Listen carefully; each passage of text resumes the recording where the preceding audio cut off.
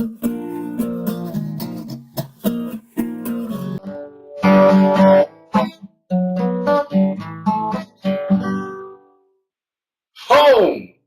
That's where I want to be.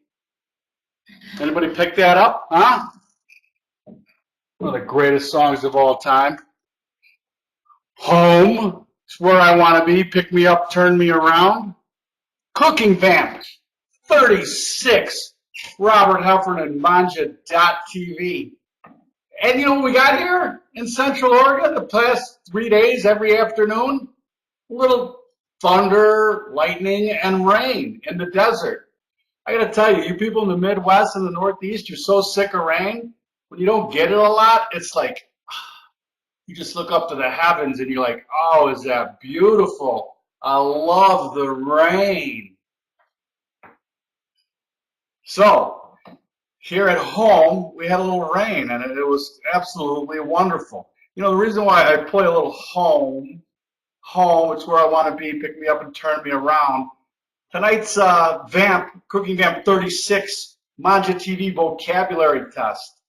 And nothing makes you feel at home more than knowing the lingo, knowing the language that people are speaking in your circle. You feel at home when you come home and there's an inside joke, somebody says something about eyebrows raised. Just that feeling of, yeah, I know where I'm at, I know what these people are talking about. What a great feeling it is. So that's what we're talking about. mangiaTV particular vocabulary, mostly born out of, actually just born out of life's experiences, really. Big D, myself, my brother who spent a bunch of years in a restaurant as a chef and an owner, just general lingo from the floor. But before I get into that, I just want to recap a little bit. Cooking Vamp 35 last week, Can Your Kid Cook?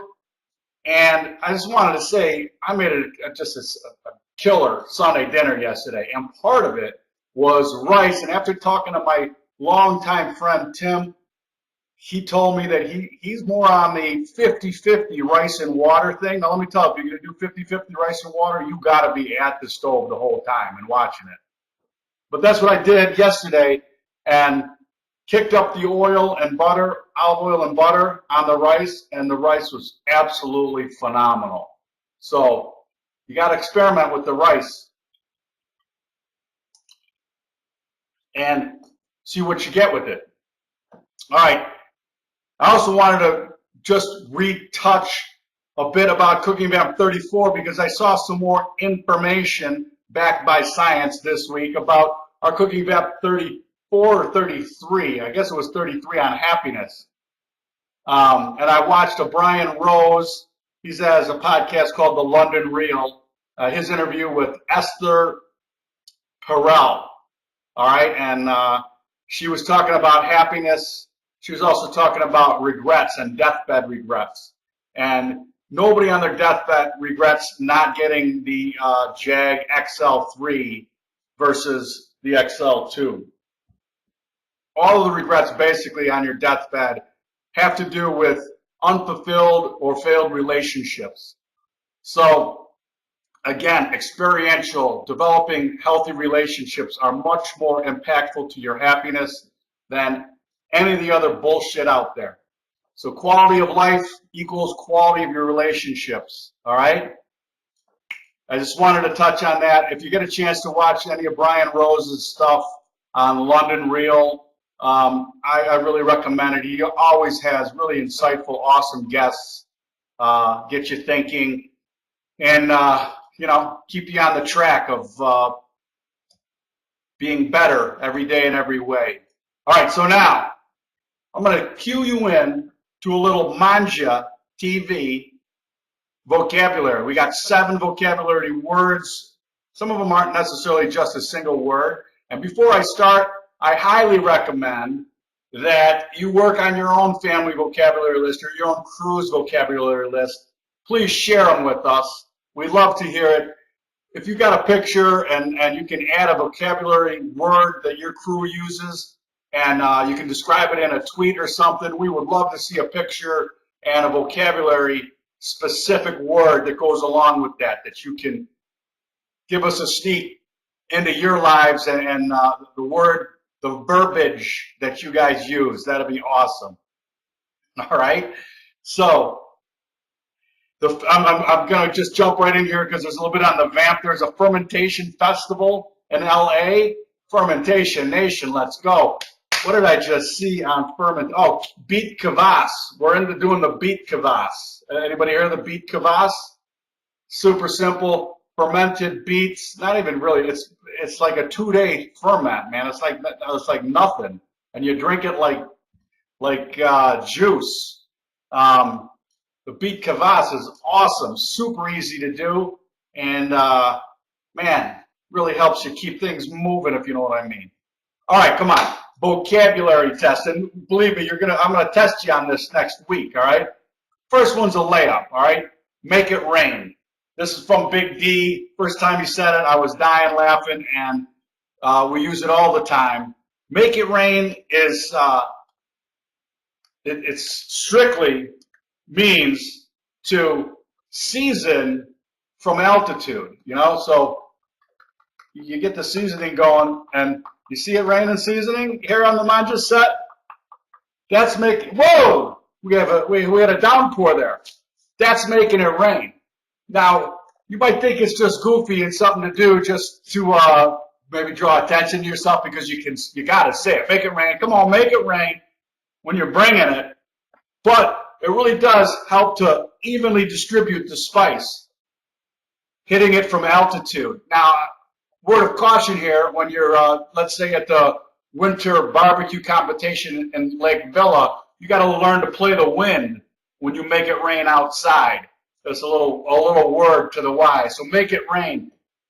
You know, it's all about bringing that seasoning from altitude to make sure it gets over everything evenly. And a big part of making it rain is to let everybody in the kitchen know that you're making it rain, all right? Because then everybody joins in. Yeah, baby, make it rain. Make it rain. So make it rain's number one on the Mangia vocabulary test. I'm sure you guys will remember that one forever. Next time you're in the kitchen, you'll be bringing the spice from on high. Just feels better doing it. I don't know. And it feels great to say it. All right. Next one. I learned this one from a Marine, retired Marine, and his saying was, make a hole, make it wide. Now, we use this in the kitchen. Make a hole, make it wide.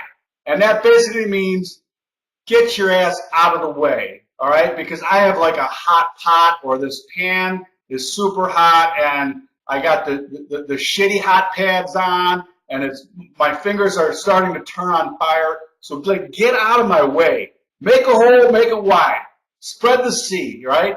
It's like the Red Sea. It's like Moses. When you hear somebody say, make a hole, make it wide, your head better be on a swivel. You better be looking for that pot of, let's say, corn on the cob or something. Something's coming through hot and heavy, and you better get out of the way. Make it, make a hole, make it wide. All right? Tom says his in the kitchen is hot, hot, hot, hot, hot, hot, hot. I think my mom uses that one too. Yeah, and a lot of times it is accompanied with a fairly long expletive cursing as the burning has already taken place.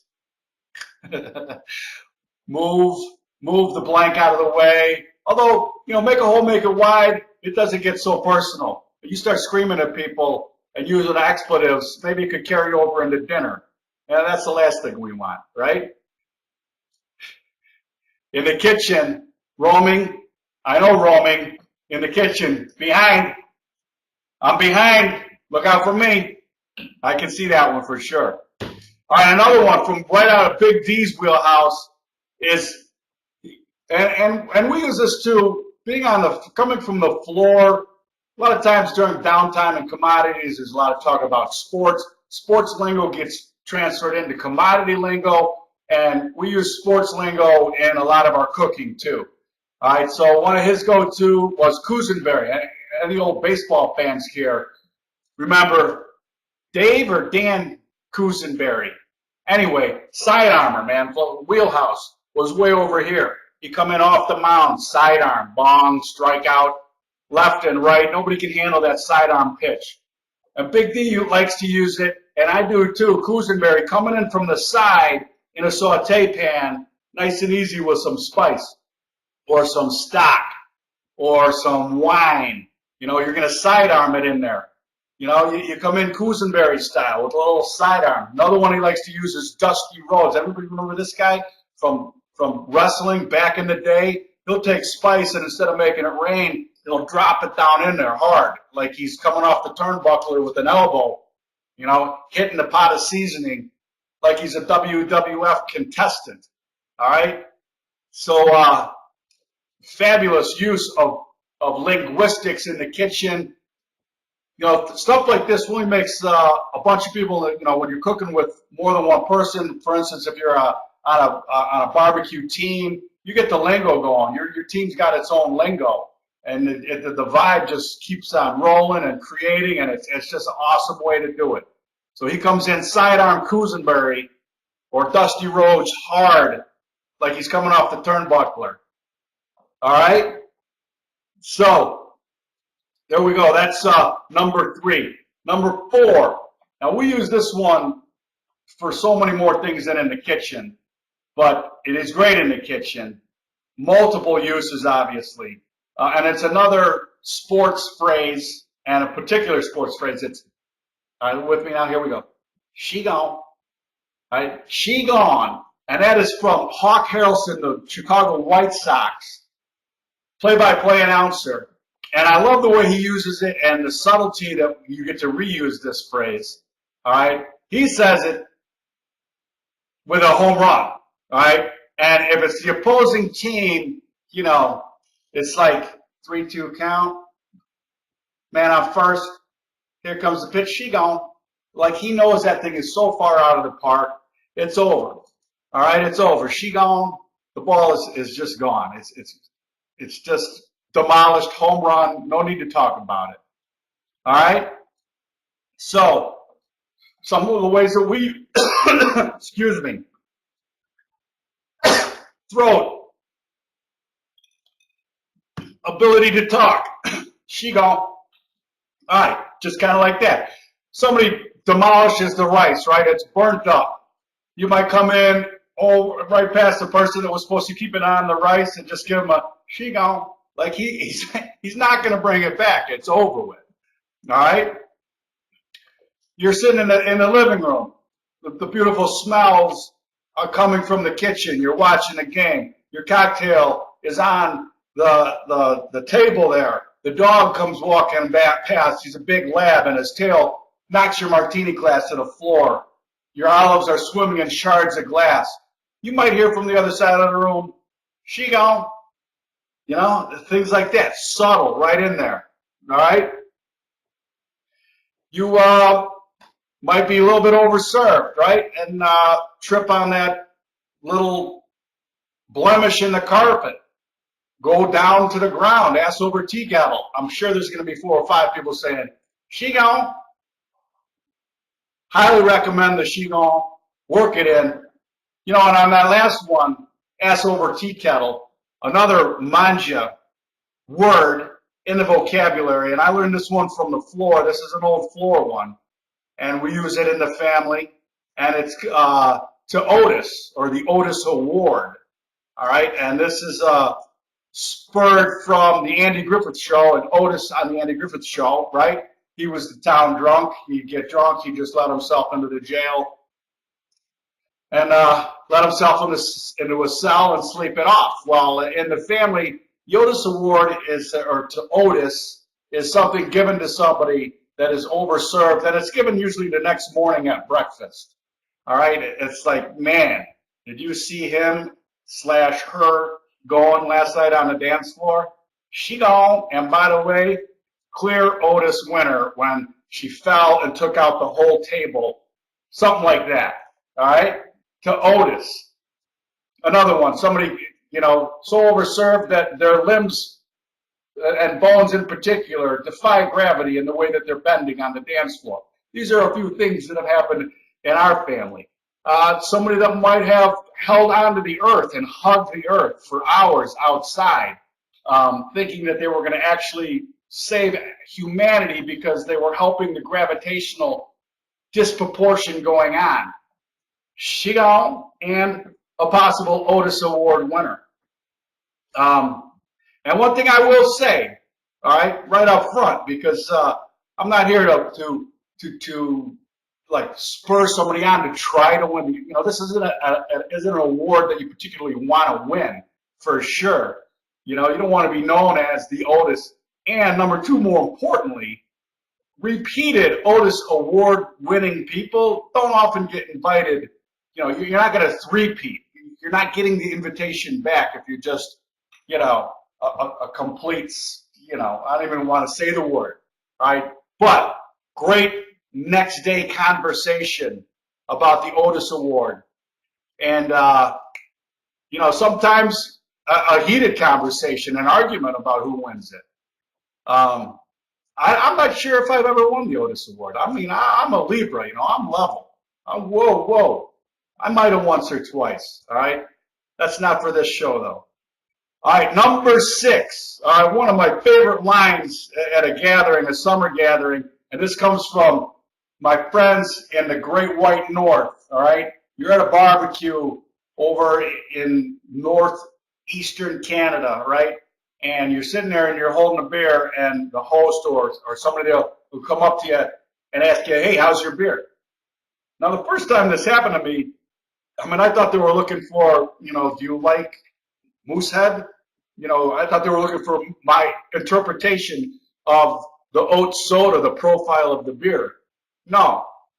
All right, how's your beer is, are you ready for another one? Or, hey, slacker, let's go. We got a 24-pack to kill here. How's your beer? Let's go. Here's another one backing you up. All right? So we've taken that in the family and ran with it all the time now. Hey, how's your beer? And you could be drinking a vodka, and I'm going to still ask you, how's your beer? Because that's our lingo with, do you need a refresher? Can I refresh that for you? You know, it's inside lingo on how is the beverage of your choice working for you? Can I get you another one? Hey, how's your beer? All right. Now, lastly, number 7, and this is where I really hope that we can get some feedback on Twitter, because this is, although I'm going to give you a word, this is more of an energy thing, and I'm sure if you give this some time and effort, you can develop words yourself for your own crew and things.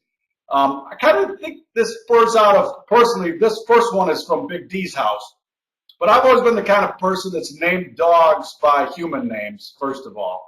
And that kind of spurs towards this thing. Anyway, number 7 is Nonna, all right? Nonna is grandma in Italian. And Big D in his kitchen, he's got a big pot that they make their Sunday gravy in, all right? And they call the pot Nonna now. So it's like, hey, go get Nonna, we're making Sunday gravy. And grandma, is, rest her soul, is looking from on high, and she's got to have a smile on her face because now Sunday gravy's coming together in a vessel named after her. All right? So we do this too. Our award-winning smoker grill that we won 3rd place last year at the Windy City Barbecue Classic at Soldiers Field in Chicago. We did those chickens on Mercury 1. We named our smoker Mercury 1 because it's this silver 50-gallon old water compression tank that we've cut in half, turned into a smoker, and we call it Mercury 1. The best thing is when you say something like really, you know, with enthusiasm and apparent honesty, people believe, hey, this is Mercury 1. This went up with the first missions to space, and you get people like, really? Like, no, come on. The grill did not go to space, but we call it Mercury 1. Holy jeez. So name your tools, man. Give your pot a name. Give your favorite saute pan a name. It becomes personal. You know, nothing goes wrong when I saute with Lucy. I'm just making that up now. But, you know, you got to give it a name, all right? The open fire grill. Now, it's called a Schwenker grill, right? but we call it Mr. Schwenker. So then you can ask people if they want to come over and see Mr. Schwenker. You get a few looks now and again when you ask that kind of question. So that's what I got for our vocabulary test. I highly recommend you bring vocabulary into your kitchen. And I know, again, back to feeling at home, that sense of community. It's like talking, you hear I speak their language. You hear that all the time when we talk about people or going to visit somebody or let me talk to them, I speak their language. Language is such a uniquely human thing, and what fun you can have, and you can build closer, more quality relationships when you incorporate vivid language. And I don't have any science for that. I'm just making that shit up. All right? So that's what I got. Make it rain, make a hole, make it wide, seasoned Cousinberry style, Shigon, Otis, or the Otis Award winner, or who Otis last night, right? How's your beer? And Nona, the 7. And you're going to be tested next week. Everybody's going to have to, fill out something. We're going to have to maybe send a written examination. No multiple choice. I need a written examination on this one. Fantastic Monday. Halfway through July already. Holy shit, is time flying this year. I can't believe it. I mean, I just can't believe it. In fact, we had a couple of those nights here, the past couple nights where you actually can smell like fall. I mean, it's off in the distance, but it's there. It's coming, man. A couple of things that I have to talk about, all right? Number one, sellerangels.com, all right? Another fabulous lineup of wine at sellerangels.com this week. Check them out. When you're going to buy quality wine, not the stuff that you cook with, but quality wine, go to sellerangels.com. Part of the proceeds go to a charity of your choice on their website. Chicago Helicopter Experience, they've been getting a lot of print, a lot of coverage in Chicago. When you're in Chicago, you got to go check out Chicago Helicopter Experience. Tell them Bob from mangiaTV sent you. Maybe you'll get something off. Next week, we got to work it. Andrew, Cook In, Dine Out. We need to get you on the schedule. And we need to get Clean Drop on the schedule, too. It's a fantastic Monday, middle of the summer. Get the barbecue going. Come on, support your local butcher. Wednesday, I hope to do a live streaming Flatlander and Ben episode at the Wednesday farmers market here in Bend. Unbelievable job, this farmers market. Unbelievable amount of quality produce at the Bend farmers market. I'm not kidding. I was blown away. Insane. And I hope to interview a couple of farmers. I quit the farm 1986, July. That's another story. But I do appreciate the hardworking people on the farms, man. And support your farmers market, and you will secure our future of fantastic available fresh produce. And the only way we can do it, by the way, is with our wallets, man. If we don't do it with our wallets, it's going to go away. All right, so do yourself a favor. Cook somebody a meal, all right? Do everybody a favor. Start a Sunday dinner rotation. And remember, make it rain, all right? And buy some rub.